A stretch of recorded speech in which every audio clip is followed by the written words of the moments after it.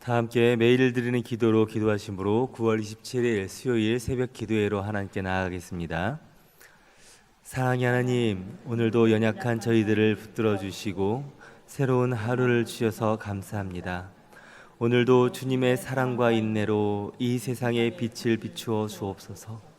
재난과 전쟁으로 삶의 목적을 잃어버린 이들에게 새 힘을 주시고 굶주리고 고통받는 연약한 이들을 기억하여 주옵소서. 이 나라가 정의와 공의로 하나 되게 하시며 위기 속에 한국교회가 말씀과 기도로 회복되게 하옵소서. 교회와 가정에서 믿음의 대가 잘 이어지게 하시고 성령님의 인도하심에 따라서 저희 교회의 5대 본질인 예배와 교육과 선교, 성도의 교제와 봉사에 힘쓰게 하옵소서. 모든 교역자들이 성령님으로 충만하게 하시고 모든 성도들이 하나님의 말씀을 따라 행진하여 가게 하옵소서. 예수님의 이름으로 기도드립니다. 아멘. 찬송가 425장입니다. 425장입니다.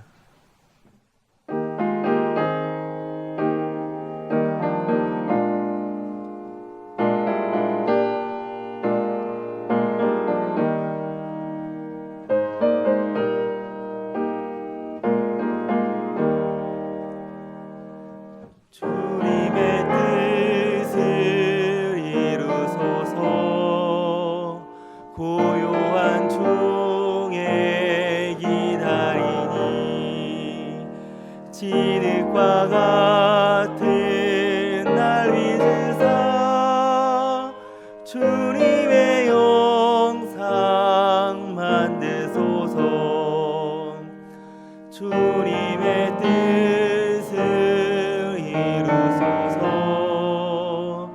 주님발 앞에 엎드리니 나의 맘속을 살피시사 눈보다 이해하옵소서. 주님의 뜻을 이루소서. 병들어 몸이 피곤할 때 권능의 손을 내게 펴사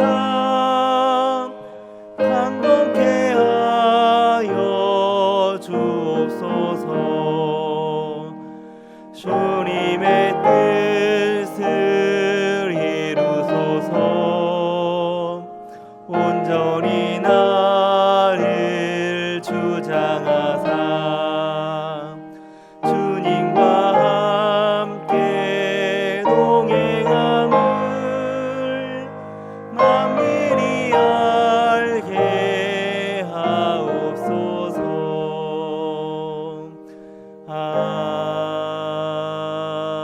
아멘. 하나님 말씀은 잠언 11장입니다.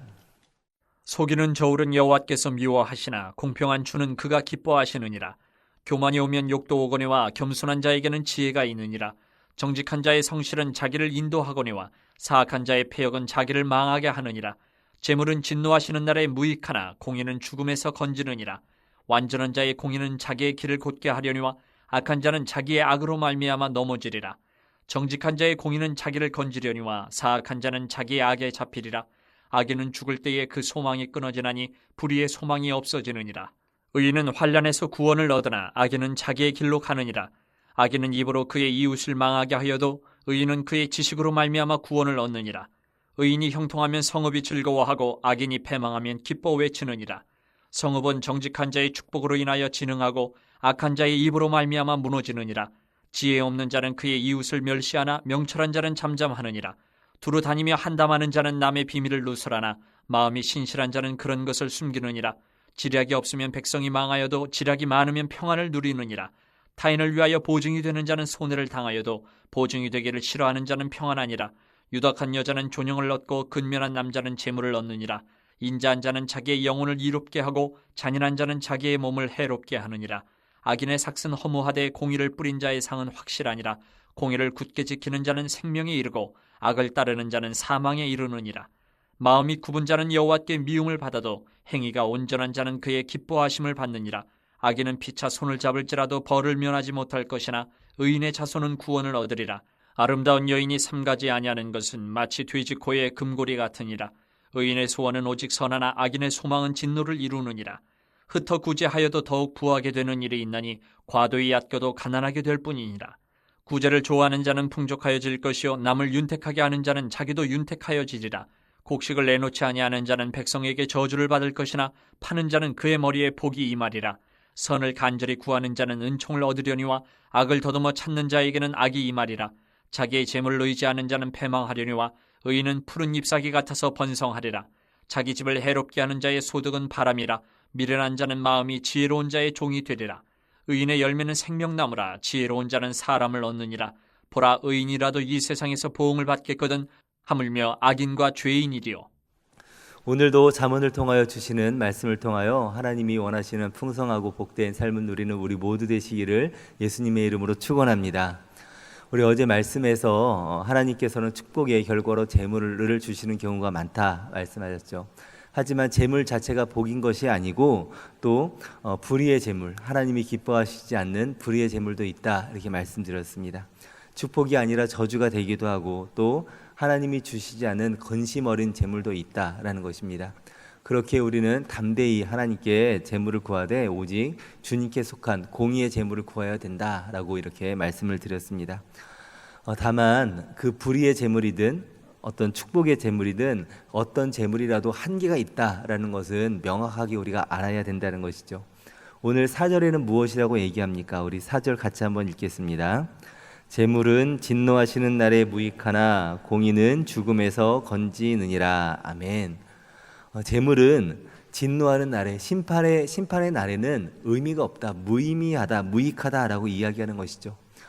참으로 그렇지 않습니까? 우리는 이 세상에 살 때 돈이면 무엇이든지 할 수 있다라는 잘못된 죄악된 신화가 있습니다. 그런데 그것이 옳고 그른 거는 차치하더라도 심판의 날에, 종말의 심판의 날에 그 어떤 재물이 우리를 죽음에서 건질 수 있겠습니까? 그 어떤 효력도 발휘할 수 없다라는 것은 지명한 사실입니다. 예수님께서도 누가복음 12장에 소출을 많이 가득 쌓아놓고 사려는 어리석은 부자에게 창고를 더 지어서 이제 몇 년을 신경 쓰지 않아도 되겠구나, 평안하겠구나, 즐거워하는 어리석은 부자에게 무엇이라고 말씀하느냐? 오늘 밤 내 영혼을 도로 찾으리니 그러면 내 준비한 것이 누구의 것이 되겠느냐라고 이야기하죠. 참으로 지혜로운 그 예수 그리스도의 말 아닙니까? 이 세상의 어떤 재물이 우리의 심판의 날에 오늘 밤에 내 영혼을 찾으면 그것이 누구의 것이 되겠느냐? 한치 앞을 보지 못하는 이 어리석은 부자를 이렇게 권고하고 또 경계하고 있다는 것입니다. 이 세상의 재물은 우리가 이 세상 살 때 유익하지 하늘나라에서 심판대 앞에서는 무용지물이라는 것이죠. 이것을 기억하여야 우리는 이 세상에서도 참으로 지혜롭게 살 수 있을 것입니다. 다만 이렇게 얘기할 때 이 말은 반은 맞고 반은 틀리다고도 볼 수 있습니다. 왜 그러느냐? 재물은 심판의 때에는 무익한 것이 사실이지만 이 재물을 공의롭게 사용한다면 공의의 재물은 하나님이 우리를 심판대 앞에서 보실 때 그것을 참고하신다는 것이죠. 우리의 영혼을 유익하게 할 수 있다는 것입니다. 그것이 무엇이냐? 바로 구제라는 것입니다. 구제. 우리가 잘 아는 마태복음 25장에 예수님께서 비유를 드실 때에 마지막 때에 양과 염소의 비유를 들어서 모든 민족을 양과 염소처럼 나누어서 오른편의 양들에게 이렇게 얘기한다고 이야기합니다. 내 아버지께 복받을 자들은 나와서 너희에게 예비된 나라를 상속받으라. 왜 그러냐면 너희가 굶주릴 때에 나에게 먹을 것을 주었고 목마를 때 마시게 하였고 헐벗었을 때에 입혔고 병들었을 때 돌보았고 옥에 갇혔을 때 보았다라고 칭찬을 합니다. 그때 그 우편에 있는 의인들이 물어보죠. 아니 우리가 주님한테 언제 그렇게 했습니까? 라고 묻죠. 그러자 예수님 뭐라고 하십니까? 내 형제 중 지극히 작은 자 하나에게 한 것이 곧 내게 한 것이라 라고 이야기를 합니다. 세상에 힘 있는 자들, 권력 있는 자들에게 잘한 것이 아니라 아무 도움도 안 되고 또 힘도 없고 연약한 자들, 도움은 필요한 자들에게 한 것, 곧 그것이 내게 한 것이라 라는 것입니다. 그들은 나에게 갚을 수 없지만 하나님이 그것을 갚아주겠다라고 이야기하는 것이죠. 이 땅에서 연약하고 가난하고 어려움에 처한 자들을 돌봐주고 구제하는 것, 그것을 예수님께서는 자기에게 행한 것으로 여기고 마지막 때에 기억하시겠다라고 예수님 말씀하시는 것입니다.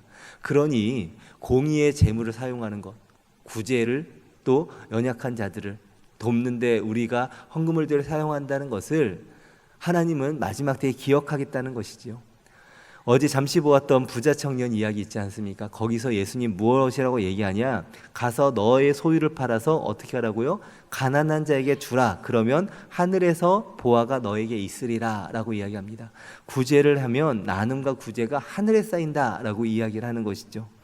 누가복음 12장 33절에도 말씀하십니다. 너희 소유를 팔아서 구제를 하여 낡아지지 아니하는 배낭을 만들라. 곧 하늘에 둔 바 다함이 없는 보물이니 거기는 도둑도 가까이 하는 일도 없고 좀도 먹는 일이 없느니라. 천국의 하늘에 구제를 통하여 쌓으라는 것입니다.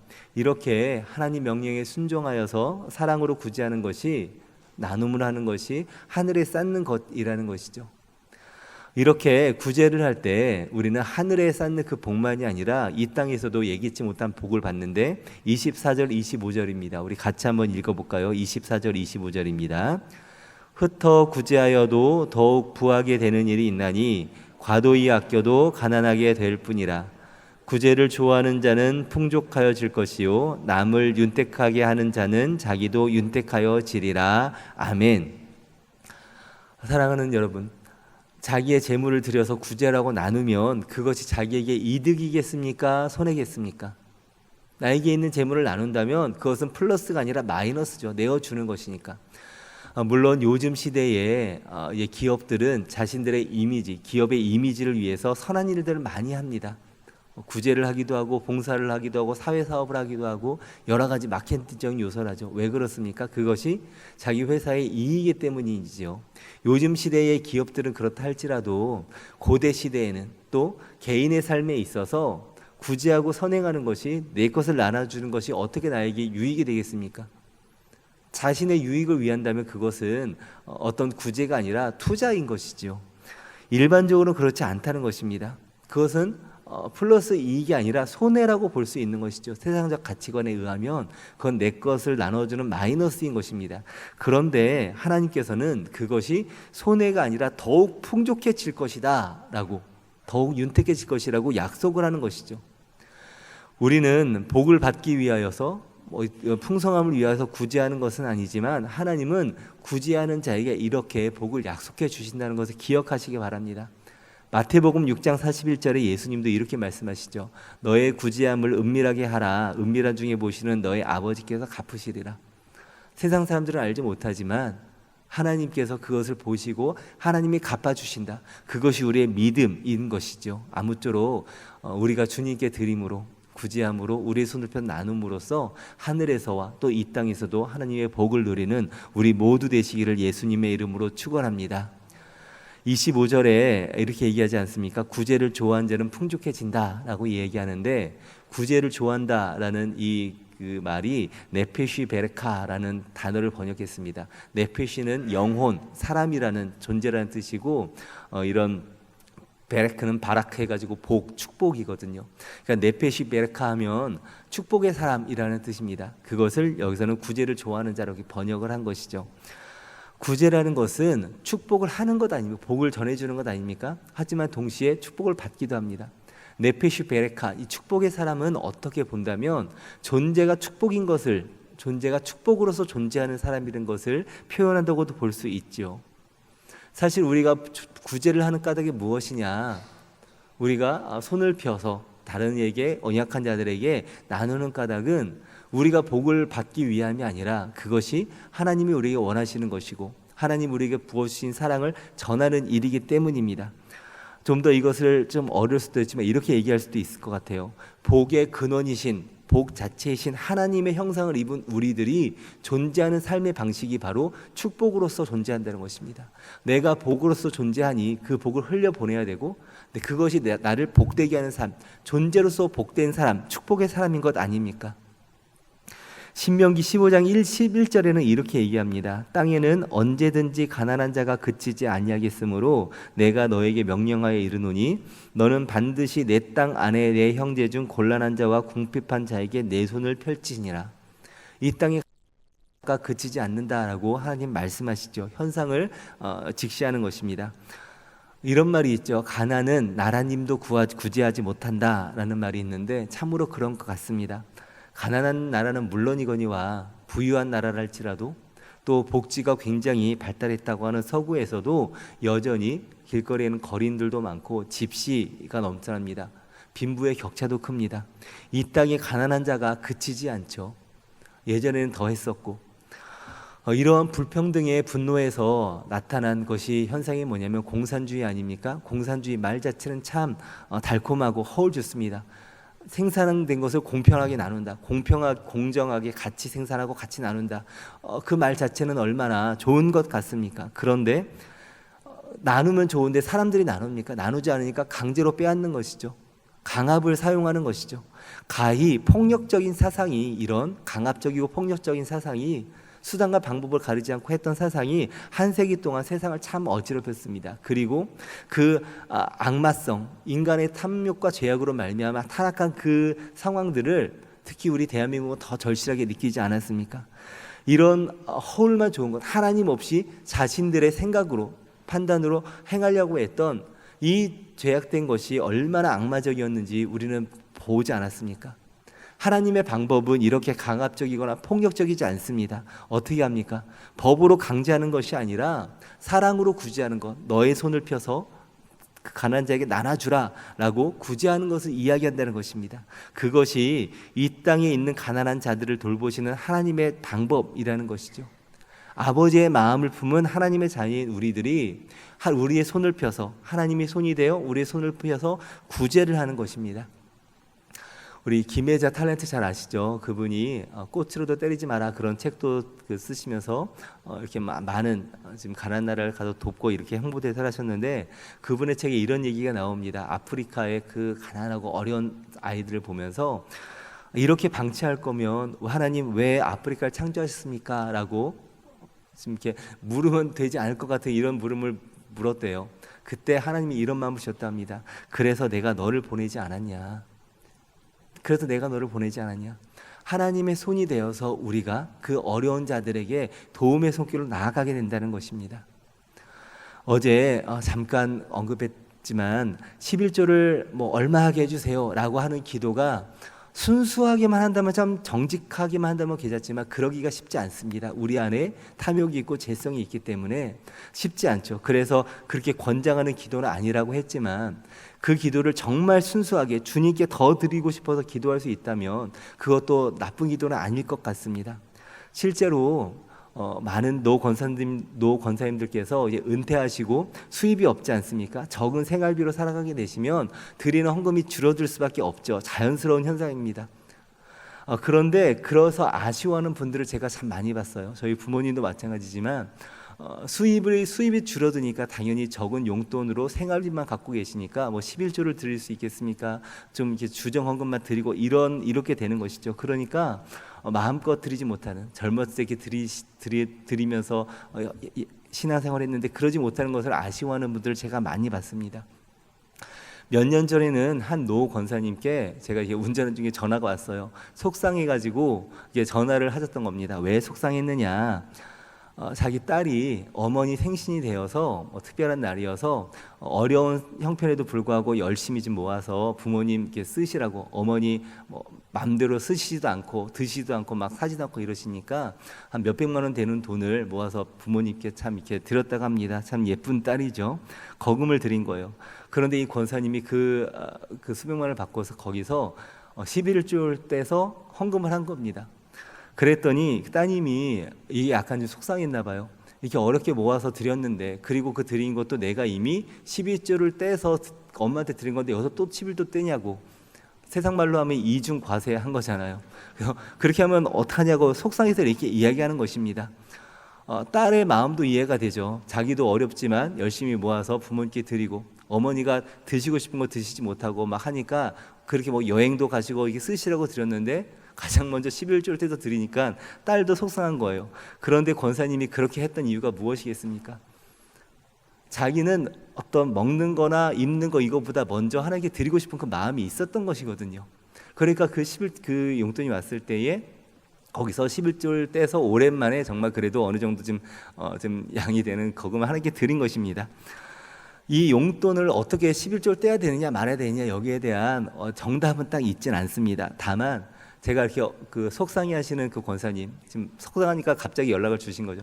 그 권사님의 얘기를 들으면서 이렇게 위로도 해주기도 했지만 속으로는 마음은 약간 좀 흐뭇했습니다. 왜냐하면 어머니를 생각하는 그 딸의 마음도 참 예쁘고 또 이 하나님께 드리고 싶어하는 이 권사님의 마음도 참 아름다운, 하나님을 사랑하는 마음이 아름다웠기 때문이죠.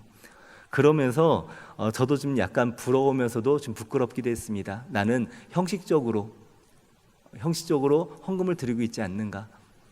그렇게 간절히 드리고 싶어서 드리지 못하는 분들도 있는데 이렇게 그 형식적으로만 기쁨 없이 드리고 있지 않는가 지금 돌아보는 계기가 됐습니다. 우리가 베푸는 것은 부유하기 때문에 베푸는 것이 아니죠. 베풀기 때문에 부유한 것입니다. 하나님께서는 흩어 구제하는 자들에게 더 많은 것을 맡긴다고 말씀하십니다. 더 많은 재물로 하나님의 사랑의 사역에 더욱 왕성하게 쓰임받을 수 있도록 재물의 축복을 진실하고 순수하게 구하는 우리 모두 되기를 예수님의 이름으로 축원합니다. 그리하여서 하나님의 그 구원의 사역, 구제의 사역이 가난한 자를 구제하고 돌보는 사역이 우리 가운데 넘쳐나기를 예수 그리스도의 이름으로 축원합니다. 우리 함께 기도하며 나가도록 하겠습니다. 사랑의 하나님 아버지, 이 아침에 주 앞에 나와 잠언으로 우리에게 말씀하여 주시니 감사합니다.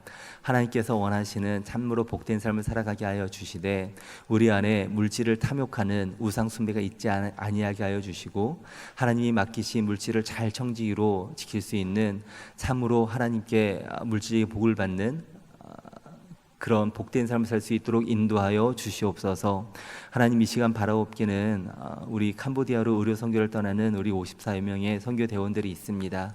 그들의 가는 길들을 보호하여 주시고 안전을 지켜 도와주시되 특별히 그 땅에서 가난하고 또 어렵고 헐벗고 굶주린 자들을 그리스도의 사랑으로 하나님의 손이 되어 나아가면서 치료하고 돕고 먹이고 모든 사역을 할 때에 하나님께서 기뻐 받아주시고 그것에 복음의 역사가 구원의 역사가 넘칠 수 있도록 주님 친히 함께하여 주시옵소서. 하나님 이런저런 모양으로 또 부모를 떠나 있는 우리의 자녀들이 있습니다. 어디에 있든지 주님께서 보호하여 주시고 하나님 인도하여 주시고 이 땅에서는 이곳에서는 만나지 못한 하나님을 더 깊이 만날 수 있는 복된 시간 될 수 있도록 우리의 자녀들 가운데 함께하여 주시옵소서. 오늘 하루의 삶도 온전히 주님께 맡겨드리오며 예수 그리스도의 이름으로 축복하며 기도하옵나이다. 아멘. 이 시간 함께 기도하며 나가겠습니다. 먼저 우리들이 하나님의 두 손이 되어서 세상 가운데 하나님의 사랑과 긍휼을 베푸는 하늘 백성 되게 하여 주시옵소서. 흩어 구제하여도 더욱 풍성해지는 하늘의 복을 경험하며 살아가게 하여 주시옵소서. 또한 오늘의 기도 제목으로 기도할 때 수요 1, 2부 기도회를 통해 성도들이 3일 동안의 신앙을 돌아보고 간절히 기도하도록 또 추석 연휴 기간 동안 성도들의 발걸음 지켜주시고 서로를 위한 따뜻한 말이 오가도록 기도해 주시기 바랍니다. 또한 캄보디아 선교를 위해 같이 기도해 주시기를 바랍니다. 함께 기도하며 나가겠습니다. 사랑하는